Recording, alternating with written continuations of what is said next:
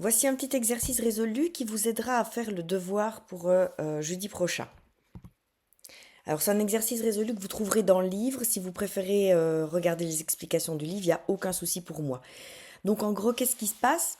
On met une masse posée sur une table, une masse B de 2 kg.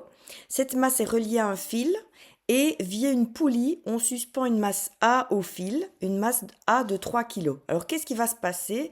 Quand on va lâcher le système, la masse A va tirer sur le fil et donc va faire déplacer la masse B.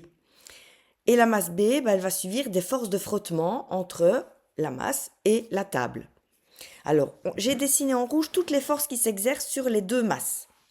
Donc, la masse A, on voit le poids vers le poids GA, pardon. La masse B, on voit son poids, mais par contre la réaction de la table qui compense le poids. Et alors les forces de frottement en arrière. Vous remarquerez que j'ai pas mis les forces du fil parce que ça, ce sont des forces internes qui se compensent. Donc B tire sur A et A tire sur B avec la même force. Alors maintenant que je connais ça, je vais essayer de déterminer l'accélération du système. Alors, je sais que l'accélération c'est F égale ma, mais F c'est la force totale. Donc que vaut la force totale? Eh bien si vous regardez, GB R sol s'annule. Les deux seules forces qui ne s'annulent peut-être pas forcément, c'est GA et force de frottement. Donc la force totale, ce sera la plus grande moins la plus petite. On suppose que c'est le poids de A qui sera plus grand que la force de frottement.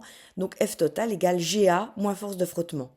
Alors vous voyez ici c'est bizarre parce que les forces n'ont pas la même direction, mais c'est dû au fait qu'on a introduit une poulie. Donc quand on introduit une poulie, ça change la direction des forces. Mais votre logique vous fera vraiment bien comprendre que GA tire sur le fil et force de frottement tire sur le fil dans l'autre sens. Donc ce sont deux forces qui sont considérées comme étant opposées. Alors maintenant je calcule toutes ces forces. GA c'est facile, M fois G, donc 3 fois 9,81, il vaut 29,4.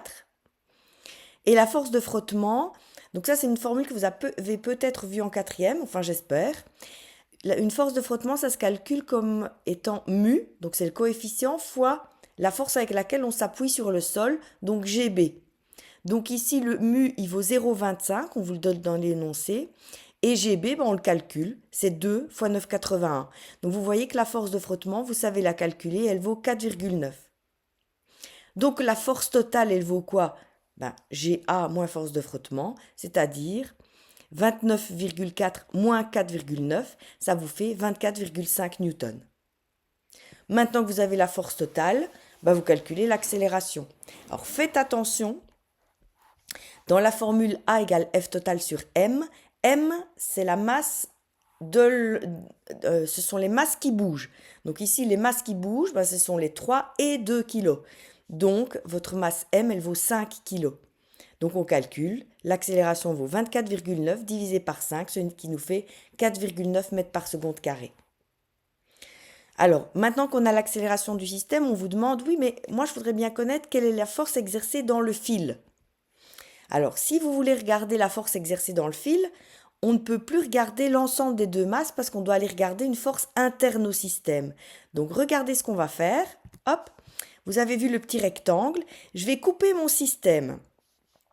Donc, je vais regarder toutes les forces qui agissent sur B et je vais me dire, ce qui tire B, c'est la force du fil. Je m'en fous de savoir que c'est une masse A qui est suspendue. Donc, je vais remplacer le GA par la force du fil. Et attention, GA et force du fil ne valent pas forcément la même chose, hein. Et vous verrez, ici, c'est justement pas le cas. Donc, quelles sont les forces qui agissent sur B? Comme tout à l'heure, GB, R sol, force de frottement, et cette nouvelle force du fil que j'ai ajoutée en jaune. La résultante des forces, elle vaut quoi alors? Comme tout à l'heure, GB, R sol s'annule, donc ma résultante des forces, c'est F du fil moins force de frottement. Alors, je calcule. La force totale, donc F égale ma, ça vaut M qui vaut... Alors ici, vous avez vu, j'ai un système, je ne regarde plus que la masse de B, hein. Donc M vaut 2 kg. A, je l'avais déjà calculé, ça faisait 4,9 mètres par seconde carré. Donc je sais que ma force totale, elle vaut 9,8 newtons. On a vu tout à l'heure que la force totale, c'était la force du fil moins force de frottement.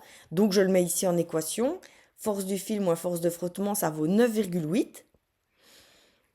Ma force de frottement, je l'avais calculée tout à l'heure, elle valait 4,9 newtons, donc je remplace ici. Ça veut dire que ma force du fil, elle vaut 9,8 plus 4,9, ça vaut 14,7 newtons. Bon, c'est pas évident, vous verrez dans le devoir les exercices 21-22, c'est vraiment le même type que ça, et normalement avec cette explication-là, vous devriez réussir à le faire. Allez, bon travail!